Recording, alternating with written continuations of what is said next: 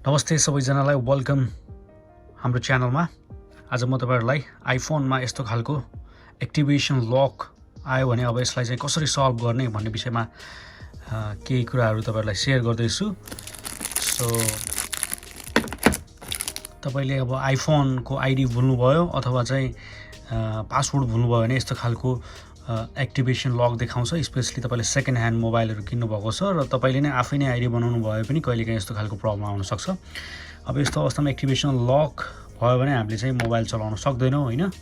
So यसको लागि चाहिँ अब यसलाई बाइपास गर्नुपर्छ। त्यो कसरी गर्ने भन्ने कुरा म तपाईलाई सिकाउँदै छु।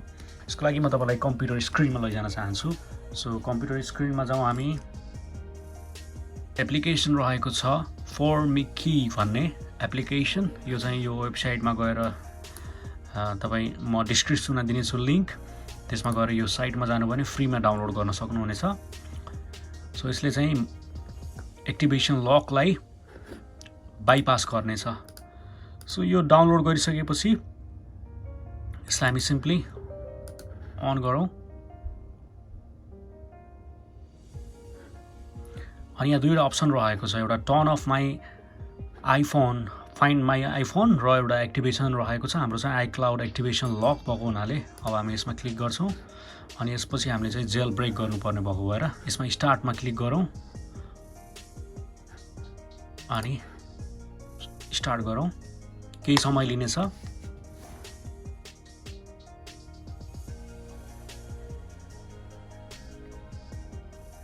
यस्तो खालको अप्सन देखाउँदैछ अनि यसमा चाहिँ इन्टर गर्ने अनि त्यसपछि यसमा चाहिँ नेक्स्टमा इन्टर गर्ने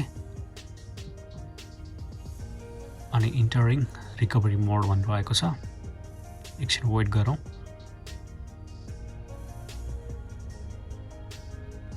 यसले केही समय लिनेछ। अब देख्न सक्नुहुन्छ यहाँ चाहिँ यस्तो खालको सिग्नल देखाइसकेको छ।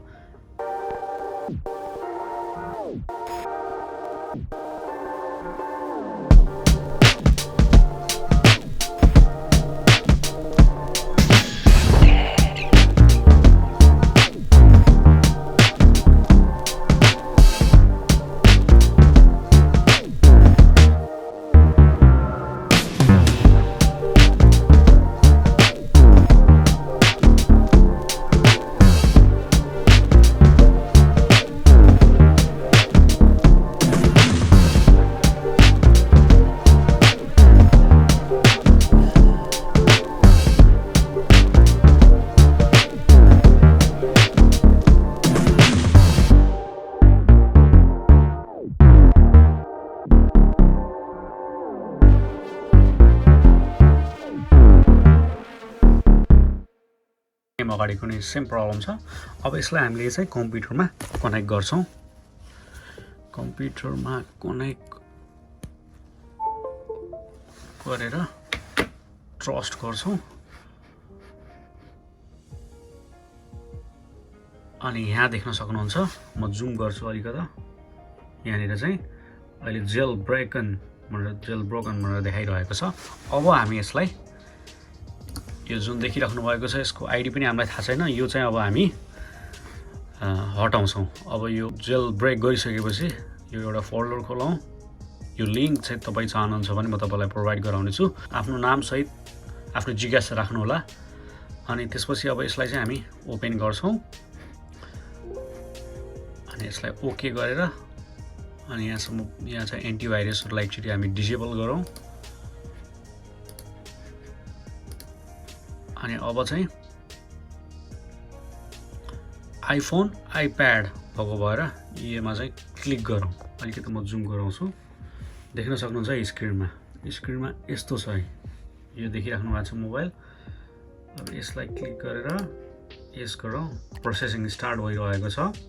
प्रोसेसिङ स्टार्टिङ देख्न सक्नुहुन्छ। आफै टर्न अफ भएको छ मोबाइल। यहाँ प्रोसेसिङ साउन्ड पनि आइसकेको छ आइफोनको।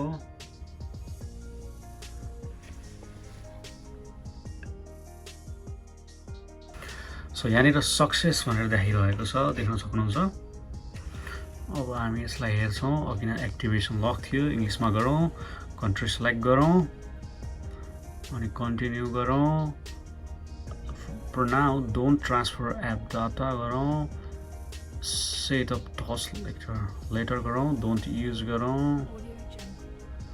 यसलाई पनि हामी एकछिनपछि don't use गरौँ don't use password गरौँ email id I don't have गरौँ set up later गरौँ अनि don't use गरौँ यसलाई continue गरौँ continue not now